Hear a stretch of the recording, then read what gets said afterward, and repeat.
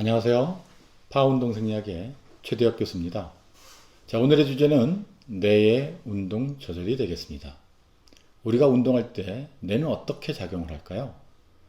뇌는 우리가 움직이고 말하고 수많은 세포들의 활동에 협력하도록 하는 내부 통신 체제를 가지고 있죠.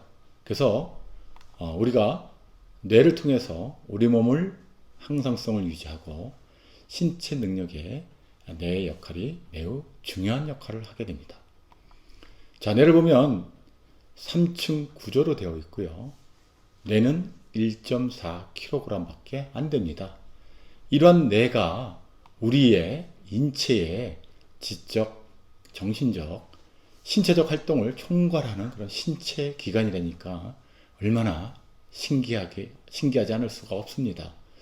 자, 뇌에는 우리가 느끼는 오감이 있습니다. 여러분들 흔히 아는 오감, 시각, 청각, 미각, 후각, 촉각이 있고요. 뇌에는 뇌수용성 감각이 평가할 수 있는 거죠. 그래서 우리가 배고플 때나 갈증이 생기거나 아니면 몸에 어떤 이상이 없을 때는 이런 뇌수용성 감각이 우리 뇌로 신호를 보내게 되는 겁니다.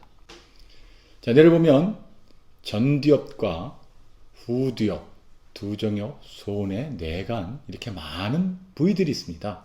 근데 우리가 운동할 때 전두엽은 운동에 대한 계획과 단기 기억 그리고 운동 기능에 대한 것을 담당하게 되어 있고요.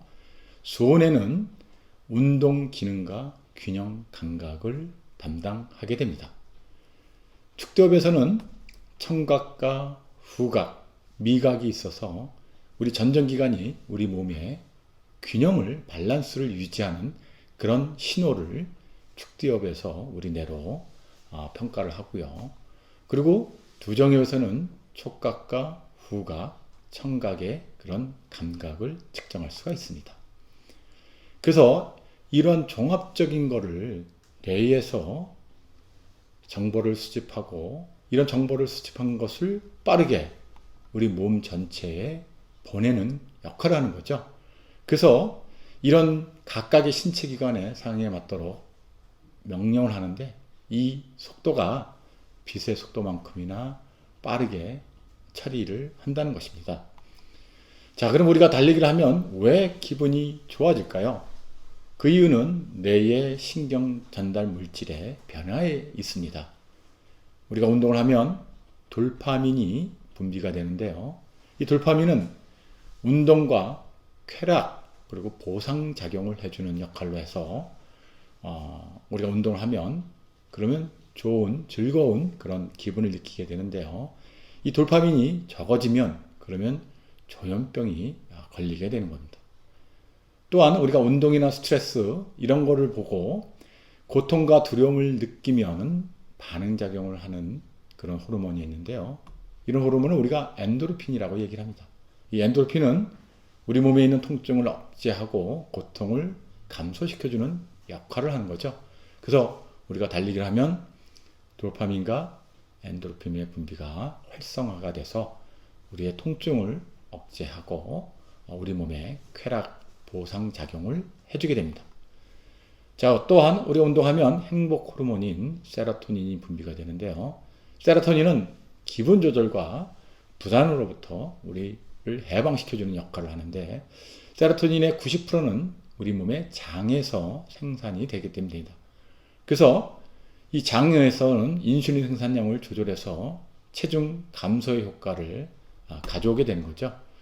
그래서 우리가 운동을 하면 이 신체적인 스트레스를 행복감으로 전환해서 호르몬과 보상체계가 우리의 신체가 건전한 행동을 할 수 있게끔 만들어 주는 겁니다. 자, 운동 시 뇌에는 코티졸이라는 그런 부신피질에서 분비되는 그런 스트레스 호르몬이 있는데요. 이 코티졸은 생존 감정에 대한 그런 호르몬으로서 도피와 회피 반응을 하게끔 됩니다. 그래서 우리가 흔히 두려움이나 아니면 슬픔이나 분노를 느꼈을 때 우리 몸에서는 코티졸이 분비가 되는데요. 이러한 코티졸을 억제하지 않으면 그러면 무력감과 자신감 그리고 침착성이 저하돼서 흥분하게 되는 겁니다. 그럼 이런 코티졸이 분비됐을 때 우리가 운동을 하게 되면 그러면 노르에피네프린을 분비하게 되는 거죠. 노르에피네프린은 부신 수질에서 분비되는데 우리 몸의 놀라움이나 기쁨 또는 흥분 같은 그런 강한 감정을 더욱 증강시키는 그런 호르몬으로서 우리가 생존에서 애착으로 바꾸는 그런 긍정 에너지를 창출할 수 있게끔 만들어주는 겁니다. 그래서 우리가 운동을 하게 되면 생존 모드에서 풍요와 자신감 모드로 바꿀 수 있게끔 우리 뇌를 자극을 하게 되는 겁니다. 자, 뇌를 보서 운동 조절 기능을 보면 신체 바깥 부분을 얘기하는 것을 우리가 최성이라고 얘기하는데요. 이 최성은 말초신경계의 최성 운동 부위는 척수로부터 골격근 소미까지의 신경 자극을 전달해 주는 것을 우리가 최성이라고 얘기를 합니다. 여러분이 다 아시다시피 우리가 운동할 때는 한 개 운동신경에 연결되어 있는 근소미를 우리가 운동 단위, 모터 유닛이라고 한다고 알고 있죠. 그래서 우리가 훈련을 하면 운동 단위가 더 많이 증가해서 우리가 더 빠르게 움직일 수 있게끔 만들어주는 거죠. 그리고 단일 운동신경에 연결되어 있는 근섬유의 수를 우리가 자극비율이라고 얘기하는데요. 이거는 근섬유수를 운동신경으로 나눈 값을 얘기합니다. 그리고 우리가 운동할 때는 좀 더 큰 근육과 빠르게 운동하기 위해서 속근서부터 먼저 사용이 되고 그리고 점차적으로 서근을 사용하게 됩니다. 이것을 우리가 이제 운동 근육의 크기 원리로서 더 큰 운동 단위가 사용되고 순차적으로 작은 그런 운동 근육이 단위가 사용된다는 것을 얘기를 합니다. 자, 우리의 뇌를 보면요. 가장 중요한 대뇌가 이렇게 앞쪽에 있고요. 그 밑에 이 대뇌와 이 뒤쪽에 있는 것이 소뇌인데요. 이 소뇌와 이 중간에는 중뇌와 내교와 연수가 있는데 이것을 우리가 뇌간이라고 얘기를 합니다. 그래서 이 뇌간을 통해서 운동 신경에 대한 것이 척수로 전달이 되게 되는 거죠. 자, 균형과 평형을 유지하는 데 가장 중요하다는 것이 전정기관이라고 얘기했습니다. 그래서 우리 귀가 굉장히 중요한데요. 그 전정기관으로부터 그 신호가 소뇌로 가고 또한 아까 얘기했던 뇌간의 전정핵으로 신호가 전달이 되는 겁니다. 그러니까 우리가 눈으로 또 보는 그런 지각적인 정보가 전정핵으로 가서 이것이 이제 척수로 가서 우리의 신체에 대한 움직임을 조절하면서 이것이 골격근으로 전달해서 우리가 운동을 할 수 있게 되는 거죠. 자, 뇌간을 보면 연수와 내교와 중뇌로 구성이 되어 있고요. 이 뇌간에서는 안구 운동의 조절이라든지 근육의 긴장 상태라든지 균형 감각, 중력에 대한 그런 신체 조절을 해주는 역할을 하고요. 우리 인간이 직립자세를 유지하는 데 굉장히 중요한 역할을 합니다. 대뇌는 복잡한 운동의 조직 하나, 학습된 경험을 저장시켜주고 지각 정보를 수용을 해서 그래서 우리 몸이 운동 피지에 의해서 수의적인 운동을 할 수 있게끔 만들어주는 거죠. 소뇌는 대뇌에 비해서 복잡한 운동에서의 미세한 조정과 감시를 하는 데 있어서 역할을 해주고요. 운동 피질과 함께 역동적인 움직임을 더욱 빠르게 해주는 것이 소뇌의 역할입니다. 자, 대뇌는 이 앞쪽에 있다고 말씀을 드렸습니다. 그래서 배뇌는 복잡한 운동을 저축하고 학습된 경험을 저장하고 감각 정보를 수용해주는 역할을 해서 이 운동 피지를 통해서 수의적인 움직임을 대부분을 관여를 하고요. 소뇌는 뇌의 뒤쪽에 있으면서 복잡한 운동을 조절해 준다고 얘기를 했습니다. 그러면 이 뇌간 세 개로 연결되어 있는 연수, 내교, 중뇌는 그러면 많은 대사적 기능을 관여하고 심혈관계를 조절을 하고, 이 뇌간에는 망상체라고 해서 복잡한 신경원이 넓게 퍼져 있어서 종합적인 그런 정보를 척수를 통해 내려갈 수 있게끔 해주는 역할을 합니다. 자, 그럼 척수로 우리 신경을 내보내는 데 있어서 척수의 운동기를 보면요, 필요한 움직임을 실행시키기 위해서 척수 중추를 자극함으로써 움직임 조절에 영향을 미치게 되는 거죠. 그래서 척수 기전이 운동하는 데 있어서 적합한 근육 활동으로 전환되는 것을 우리가 척수를 조율한다고 얘기를 합니다. 운동을 하는 데 있어서는 수의적인 운동 조절이 필요한데요. 이거는 피지라 영역뿐만 아니라 뇌의 많은 부분의 협조로서 우리 몸이 움직일 수 있는 수의적인 운동 조절이 이루어지고요. 빠른 움직임에서는 소뇌가 관여를 하고, 느리고 신중한 움직임에서는 기저핵이 관여를 하게 됩니다. 기저핵은 베살 갱글리아라고 해서 실제로 운동의 대뇌피질을 횡단면으로 자르면 그러면 시상하부 쪽이 나타나는데요. 시상하부 옆쪽에 이렇게 기저핵이 있어서 기저핵에서 느리고 신중한 움직임을 담당하게 되는 겁니다. 자, 그러면 이 피질과 피질의 그런 동기 지역을 보면 움직이기 위한 초기 작동을 하고요. 시상하부로부터 운동 피질로 명령을 척수로 보내서 척수 조율 과정을 거쳐 골격근으로 신경을 전달합니다. 그래서 운동 프로그램의 조율을 위한 근육과 고유 수용기의 피드백 기능을 하게 된다고 볼 수가 있습니다. 자, 그리고 우리 운동을 하면 어떤 단계가 필요할까요?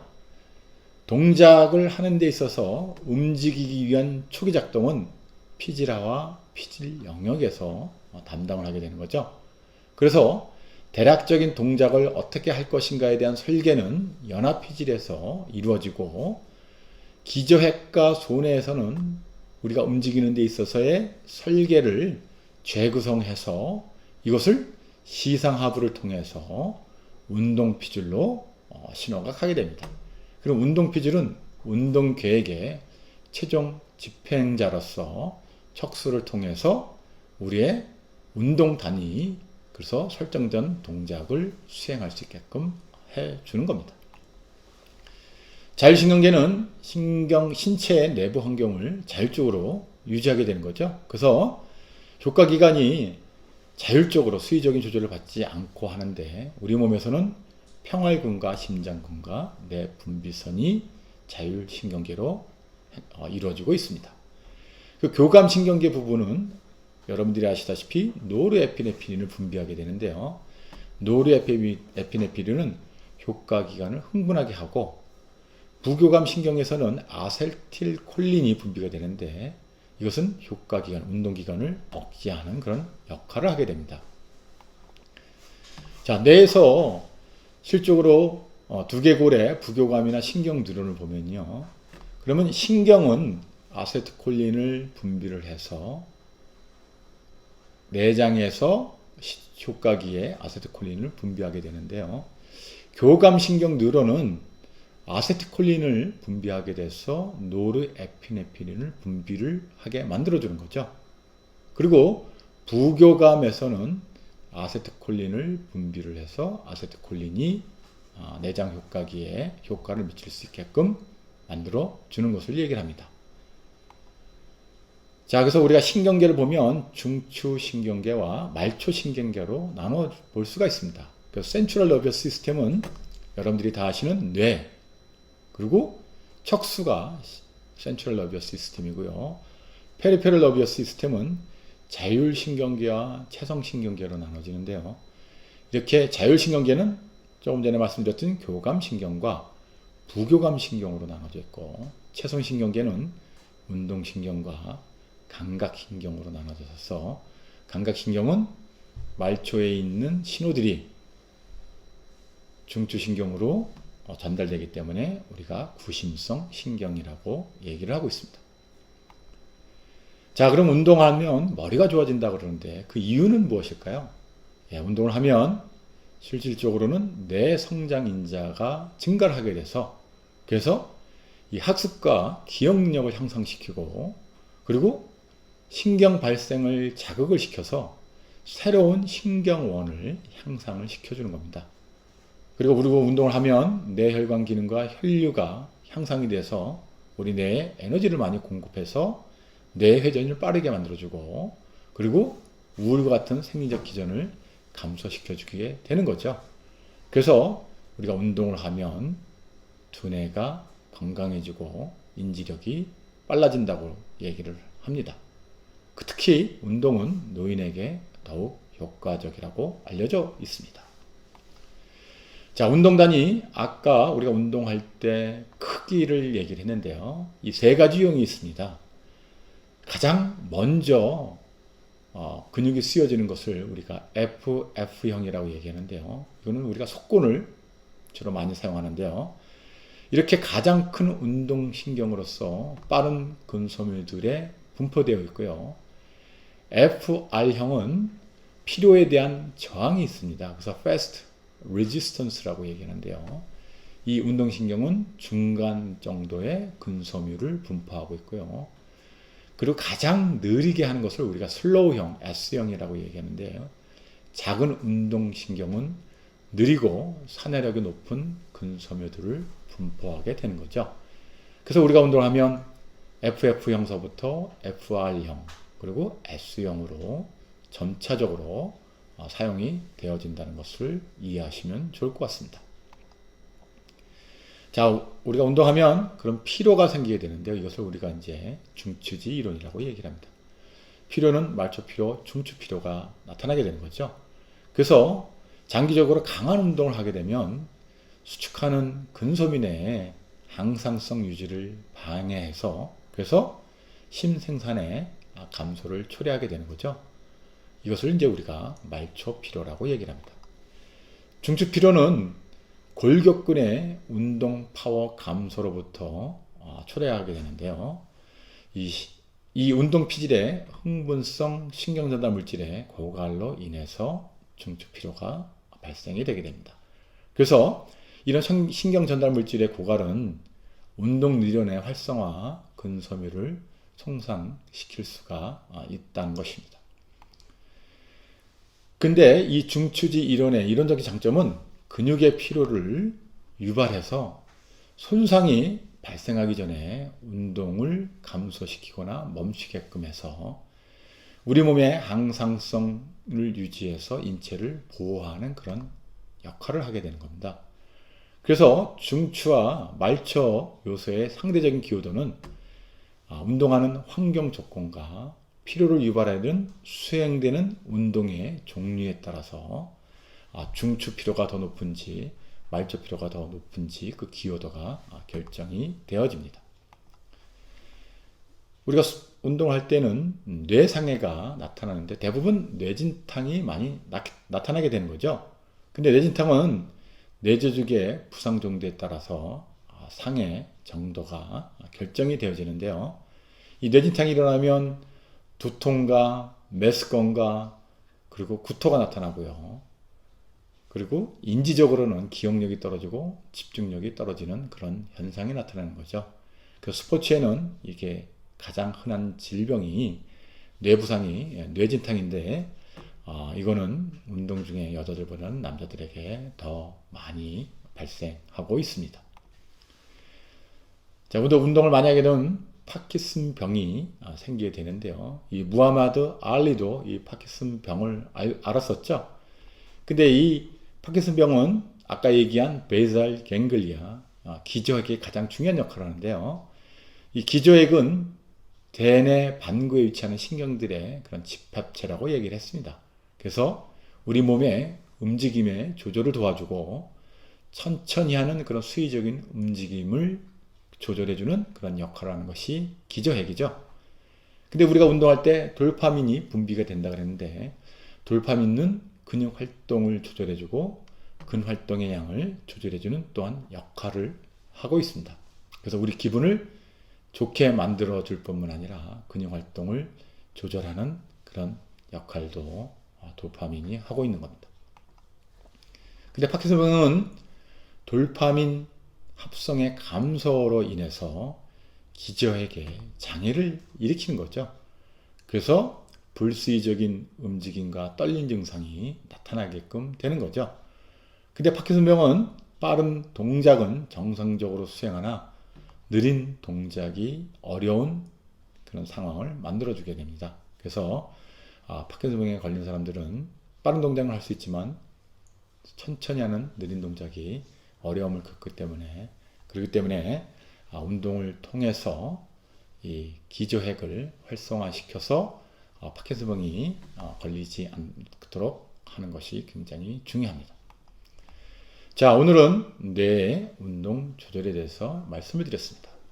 뇌는 우리의 내부 통신 체제를 유지하면서 우리가 운동할 때 우리 몸의 항상성을 유지해서 우리 신체 능력을 향상시켜주는 가장 중요한 중추적인 역할을 하기 때문에 뇌의 운동 조절을 이해해서 운동하시면 훨씬 더 효율적으로 운동을 하실 수 있을 겁니다. 감사합니다.